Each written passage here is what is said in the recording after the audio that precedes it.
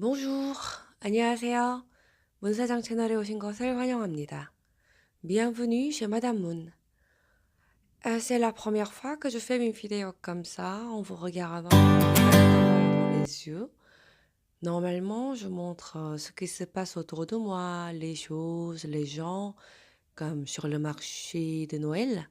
Mais aujourd'hui, avant de commencer la vidéo, je me suis dit, allez, je vais faire un peu différemment. Et normalement, je parle de la cuisine française, comme j'aime bien manger et j'ai un restaurant. Mais aujourd'hui, je vais parler de la littérature française. Bon, c'est pas très chic de tenir le micro comme ça dans la main, mais tant pis. J'ai j'ai pas trouvé d'autres moyens plus convénients, donc excusez-moi de cette manière pas très stylée.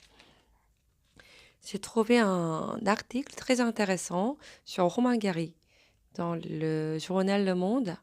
En fait, c'est une interview avec Romain Gary en 1975.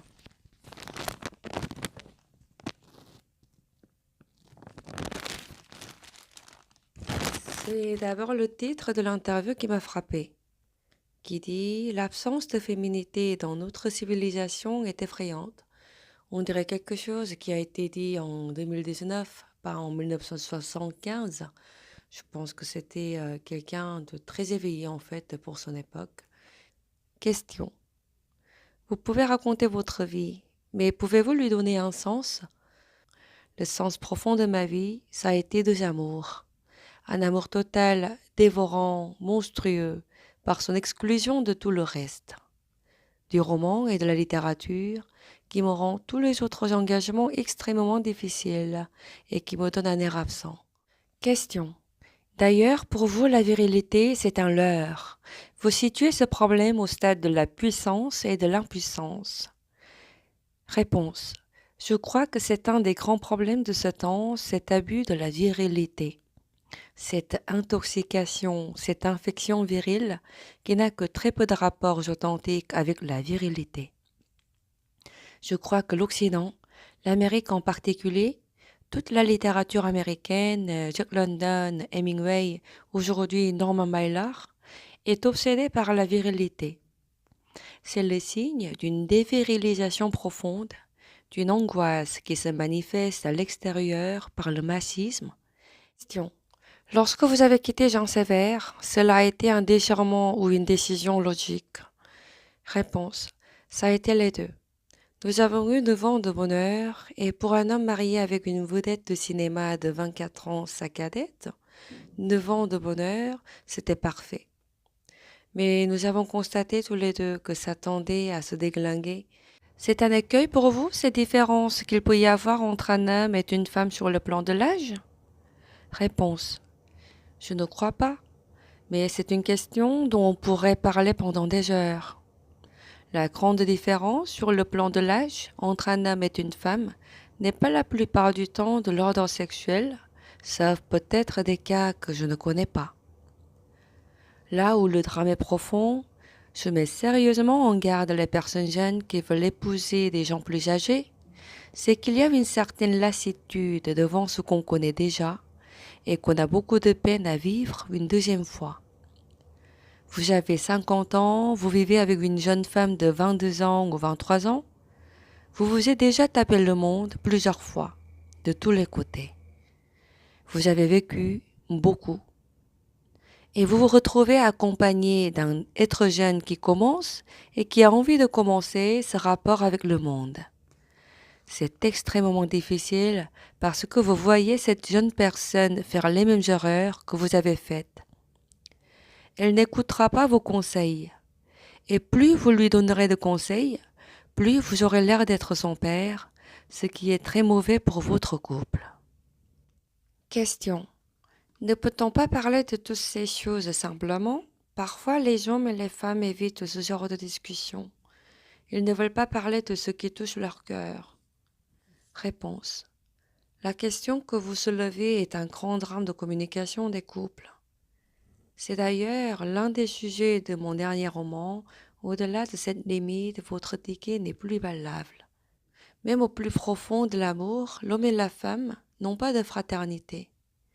Le drame des hommes et des femmes, en dehors des situations d'amour, en dehors des situations d'attachement profond, est une sorte d'absence de fraternité. De sorte que parler sur ce qu'il y a de profond, de dangereux, de menaçant, leur est totalement impossible. Il y a des couples qui finissent une vie sans avoir parlé de ce qui les sépare et de ce qui aurait pu leur être épargné.